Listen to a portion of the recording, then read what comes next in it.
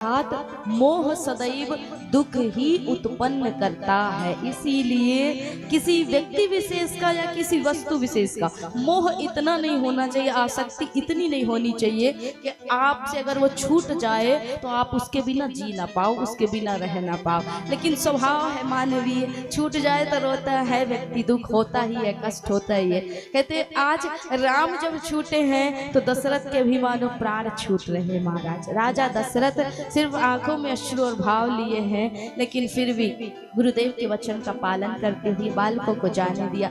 वही राम और लक्ष्मण पिता के आज्ञा का पालन करते हुए विश्वामित्र जी के साथ निकल पड़े। सबने उन्हें अंतिम विदाई दी, प्रणाम किया और विश्वामित्र जी के साथ भगवान ने सर्वप्रथम पहुंच करके ताड़का नाम की राक्षसी का उद्धार किया।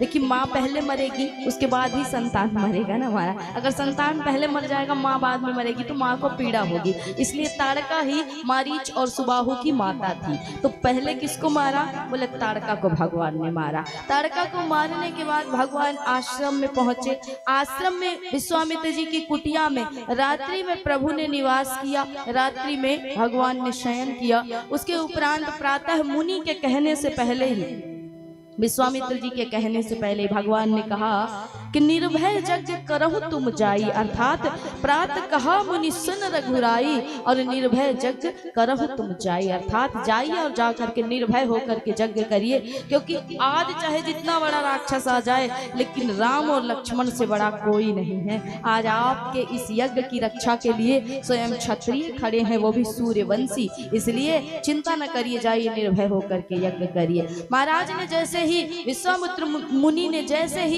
यज्ञ आरंभ किया, कहते यज्ञ का धुआं ऊपर उठा और उसी समय मारीच और सुबाहु अमंगल द्रव्य लेकर के दौड़ पड़े यज्ञ का नाश करने के लिए। कहते उस समय भगवान ने सुबाहु को तो वहीं पर मार डाला था, लेकिन मारीच की लीला अभी आगे थी। अगर मर जाएगा तो रावण कैसे आएगा, और रावण के लिए आवैल मुझे मार वाली कथा सिद्ध कैसे होगी। इसलिए महाराज क्या किया? बोले बिना फल का बाण चलाया और 400 कोस दूर समुद्र के उस पार लंका की तलहटी में उसको फेंक दिया। मानो रावण को आमंत्रित किया है कि तैयारी कर लो, हम भी तैयारी कर रहे हैं। अर्थात 14 वर्ष का वन हम जाने वाले, उससे पहले हम भी तो विश्वामित्र जी के साथ वन आए हैं, तो हम भी तैयारी करके बैठे हैं। अब तुम भी तैयारी कर लो, तुम्हारा भी अंत आने वाला है। अर्थात भगवान ने एक संकेत दे दिया।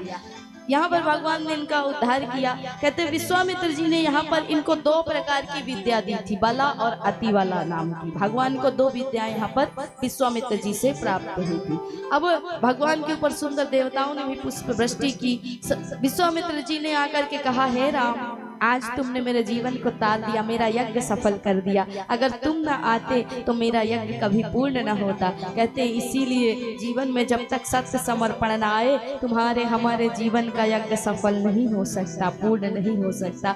चाहे तुम जितने शास्त्र पढ़ लो और चाहे जितने शस्त्र उठा लो, लेकिन बिन राम और लक्ष्मण के आए, सत्य समर्पण के आए, कोई यज्ञ पूर्ण नहीं हो सकता है। महाराज विश्वामित्र के पास दोनों चीजें थी, शस्त्र भी था और शास्त्र भी था, लेकिन फिर भी यज्ञ पूर्ण नहीं हुआ, क्योंकि उनके जीवन में सत्य समर्पण नहीं था। जब दोनों आए, यज्ञ पूर्ण हो गया। ऐसे ही ये जीवन यज्ञ है। अब विश्वामित्र जी के यहाँ 2-4 दिन भगवान रुके।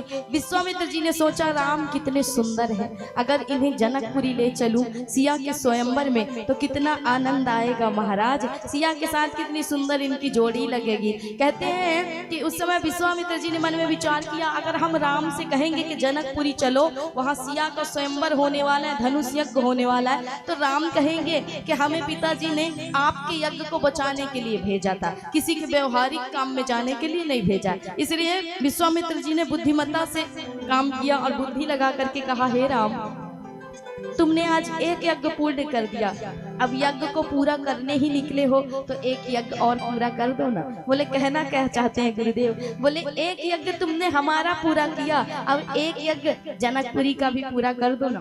बोले अंतर सिर्फ दोनों में इतना है, ये महर्षि का यज्ञ है, वो राजर्षि का यज्ञ है। यहाँ मारीच सुबाहु सताते हैं, वहाँ रावण और बाणासुर जैसे दुष्ट सताते हैं। इसलिए हे राम, अब यज्ञ को पूरा ही करने निकले हो तो उस यज्ञ को भी पूरा कर दो।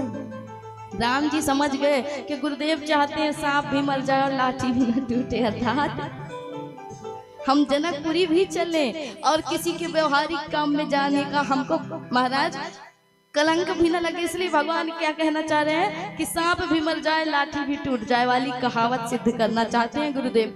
कोई बात नहीं गुरुदेव, आपके वचनों का पालन करना ही हमारी मर्यादा है, हमारे संस्कार है, इसलिए आप जैसा कहेंगे वैसा ही होगा। इसलिए कहा कि धनुष यज्ञ सुनी रघुकुल नाथा, धनुष यज्ञ सुनी रघुकुल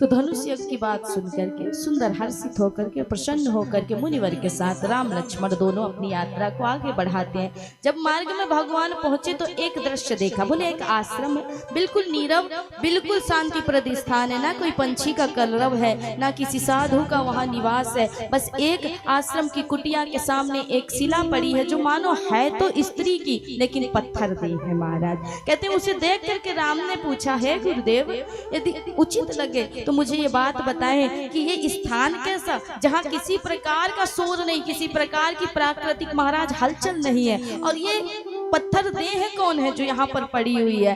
भगवान विश्वामित्र जी मुस्कुराए और कहते हैं, जानते तो आप सब हो राम, लेकिन तुम्हारी आदत ही है ना दूसरे को प्रभुता देने की, इसलिए तुम मुझसे पूछ रहे हो ना। हे राम, ये कोई और नहीं गौतम की नारी अहिल्या है जो तुम्हारी प्रतीक्षा कर रही है। तो हे राम विलंब न करो, इसे श्राप मिला है। कहते हैं इंद्र ने इसके सौंदर्य पर मोहित होकर के छल दिया, ये समझ ना पाई अपने पति, उसके पति का स्वरूप गौतम का स्वरूप बना करके इंद्र आया और इसके पति व्रत धर्म को भंग किया, नष्ट किया। कहते ये समझ न पाई, अनजाने में गलती कर बैठी, और उसी का परिणाम हुआ राम कि गौतम ऋषि ने इसे श्राप दे दिया कि तू पत्थर देह हो जाएगी, और इसको इंद्र को भी श्राप मिला कि तेरे शरीर में हजारों छिद्र हो जाएंगे। महाराज तो इस अहिल्या ने कहा अपने स्वामी से कि श्राप तो आपने दे दिया, वो तो मुझे बनना ही पड़ेगा, लेकिन इससे निवारण कब होगा, मुक्ति कब मिलेगी। तो हे राम, गौतम ऋषि ने ही कहा कि जब राम आएंगे, रघुकुल के राम आएंगे और उनके चरण की रज पड़ेगी ना, तब तेरा उद्धार होगा। तो हे राम अब विलंब ना करो और इस अहिल्या को भी मुक्ति दो, इसे भी तारो। कहते हैं उस समय भगवान के सामने बड़ी असमंजस की स्थिति है। क्यों? बोले एक तो नारी, ऊपर से ऋषि की पत्नी, और हम कौन? बोले रघुकुल के महाराज बालक। अब इसके ऊपर अगर पैर रख दें तो हमें पाप लगेगा, क्योंकि स्त्री है, ऊपर से ऋषि की पत्नी है, तो पाप तो लगेगा ना। इसलिए क्या किया जाए? बोले किसी ने कहा, किसी संत ने कहा, अपना मत दिया कि भगवान ने चरण नहीं रखा। बोले सिर्फ शिला से थोड़ी ऊंचे पर भगवान ने चरण रखा, जैसे जोर की हवा चली रज उड़ा और वो नारी शिला जो थी वो नारी बन गई। लेकिन गोस्वामी जी नहीं, गोस्वामी जी कहते नहीं बाबा ऐसी बात नहीं है। बोले मैं तो रखवाऊंगा चरण, क्योंकि बिना भगवान के चरण रखे किसी की मुक्ति नहीं हो सकती है। बोले जैसे ही भगवान ने चरण रखा, रज लगी, तो महाराज क्या हुआ कि पर सत पद पावन शोक नसावन, प्रगट भई तप पुंज सही, पर सत पद पावन शोक नसावन, प्रगट भई तप पुंज सही।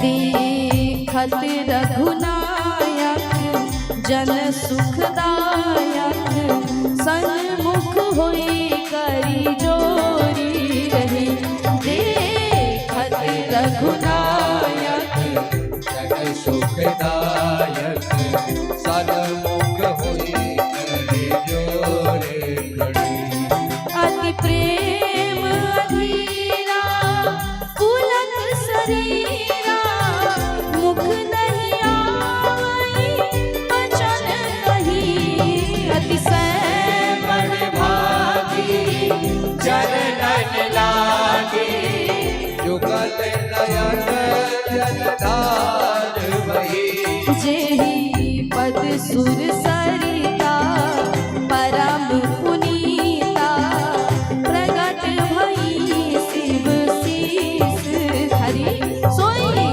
पद पंकज जेहि पूजत अज मम सिर धरऊ पाल हरि पर सत पद पावन शोक नसावन प्रगट भई तब कुंज सही पर सत पद पावन शोक न सावन प्रगट भई तब कुंज सही।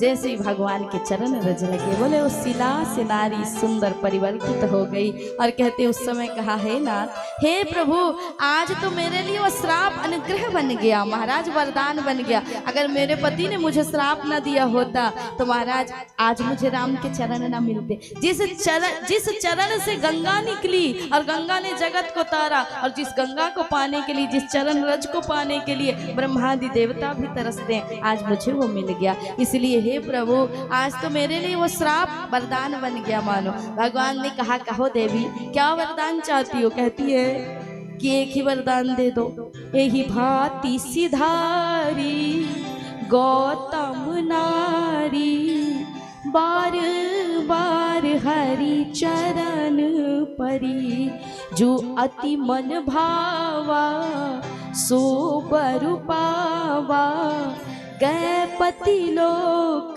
आनंद भरी। बस मुझे मेरे स्वामी की प्राप्ति हो जाए इतना दे।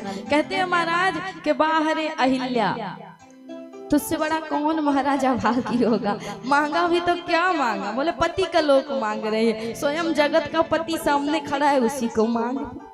कहते हैं भक्ति का वरदान तो दिया प्रभु ने लेकिन जो मांगा वो भी दे दिया कि पति का लोक मांग रही है पति को पुनः मांग रही है तो बोले महाराज गए पति लोक आनंद भरी। भगवान ने उनको आशीर्वाद दिया वो